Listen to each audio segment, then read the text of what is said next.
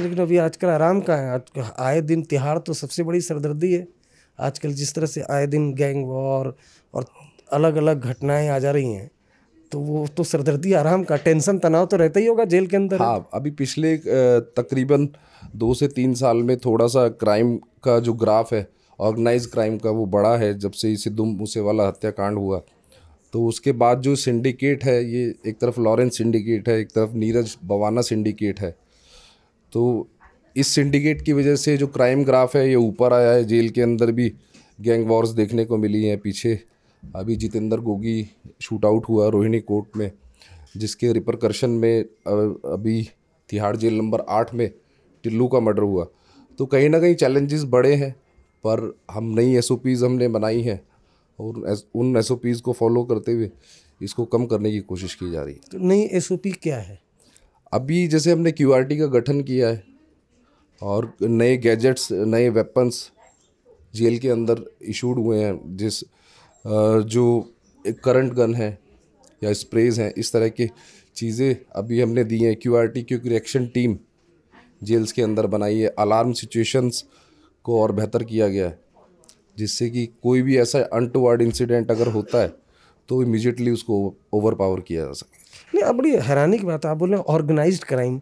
ये organised crime jail के बाहर सड़कों पर, बड़े बड़े शहरों में तो समझ में आती है।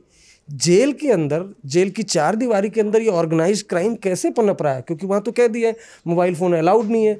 तो किस तरह से ऑर्गेनाइज्ड क्राइम जेल के अंदर पनप जा रहा है? बड़े बड़े गैंगस्टर और जेल से मतलब अपना सिंडिकेट चला दे रहे हैं, बाहर मर्डर करा दे रहे हैं, क्योंकि आप बोले ऑर्गेनाइज्ड क्राइम बढ़ गया है जेल में। ये बहुत हैरानी की बात है, इसके बारे में लोग जानना चाहेंगे दर्शक। हाँ जी, देखिए, जब ये जो सिद्धू मूसेवाला हत्याकांड हुआ उसके बाद ये जो दिल्ली से लेकर पंजाब तक की जो बेल्ट है क्रिमिनल्स की, ये सारी ये जितने भी गैंगस्टर्स हैं, क्रिमिनल्स हैं, ये दो गुटों में जुड़े।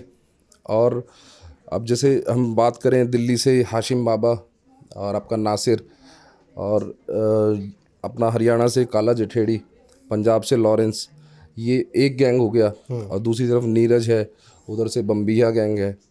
तो ये एक गैंग हो गए। तो आपस में एक दूसरे को रिसोर्सेज देना, एक दूसरे से काम कराना।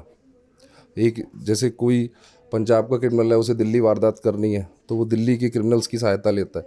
इस तरह से इन्होंने खुद को ऑर्गेनाइज़ किया है और आपस में एक्सचेंज करते हैं, अपनी पावर्स का एक्सचेंज करते हैं, अपने वेपन्स का एक्सचेंज करते हैं, जो भी रिसोर्सेज हैं उनको एक्सचेंज करके ऑर्गेनाइज वे में अब ये लोग क्राइम करते हैं। जेल से कैसे कर लेते हैं? जेल से कैसे कर? लॉरेंस बिश्नोई तो मतलब मुझे जो जानकारी में, लॉरेंस बिश्नोई तो सालों से जेल में बंद है, वो जेल से कैसे कर लेता है, ये जानना चाहता हूं। जी देखिए, ये जो हैबिचुअल ऑफेंडर्स हैं, जिनमें मुझे ऐसा पर्सनल जो लगता है कि सुधरने की उम्मीद शायद कम है, ये बिल्कुल ना के बराबर है। तो ये प्रोफेशनली पूरी तरह से क्रिमिनल है और जब इनका पेशा ही क्राइम करना है तो सुधरने की कोई किसी तरह की कोई गुंजाइश नहीं है। तो जाहिर सी बात है, इसको ये आगे बढ़ाते हैं। और चाहे जेल में रहें, बाहर रहें, कोर्ट रहें, तो इनको 24 घंटे, अब आपको तो जैसे अपना प्रोफेशन दिखता है, मुझे अपना दिखता है, तो क्राइम करना इन क्रिमिनल्स का प्रोफेशन है, तो इनको वही दिखता है और उसी चीज़ को आगे बढ़ाते हैं। नहीं, मैं फिर वही पूछ रहा हूँ, मोडस ऑपरेंडी, क्योंकि जेल में तो बहुत जैमर लगा होता है, मोबाइल फ़ोन भी इजीली इस्तेमाल नहीं करता, तो ये इंटरेक्ट कैसे, मतलब अपना जो दिमाग है कि ये क्राइम करना है, उसको एग्जीक्यूट कैसे जेल में रहते हुए कर पाते हैं? वो देखिए, इनकी पब्लिक मीटिंग्स हैं, इनकी फैमिलीज आती हैं मिलने, जो इनके सर्कल के दोस्त लोग हैं वो सब मिलने आते हैं। तो वो तो एक्सचेंज ऑफ थॉट्स है। जो भी इनको एक्शन प्लान है, ये अपनी मुलाकातों के ज़रिए, अपनी फ़ोन कॉल्स के ज़रिए वो अपने जो एसोसिएट्स हैं उनको पहुंचाते हैं और वो बाहर एग्जीक्यूशन करते हैं। बिश्नोई से कभी आपका इंटरेक्शन, या लॉरेंस बिश्नोई कभी जेल में बंद रहा, उससे आपकी बातचत कभी हुई? लॉरेंस बिश्नोई नहीं, तो आजकल लॉरेंस की कस्टडी मेरे पास नहीं रही। हाँ, तिहाड़ वो ज़रूर रहा है, लेकिन अभी पीछे जो अभी एक गवर्नमेंट का आदेश आया है कि शायद 1 साल के लिए ये साबरमती जेल ही डिटेन रहेगा। तो अभी तकरीबन शायद अगस्त से ये गुजरात की साबरमती जेल में।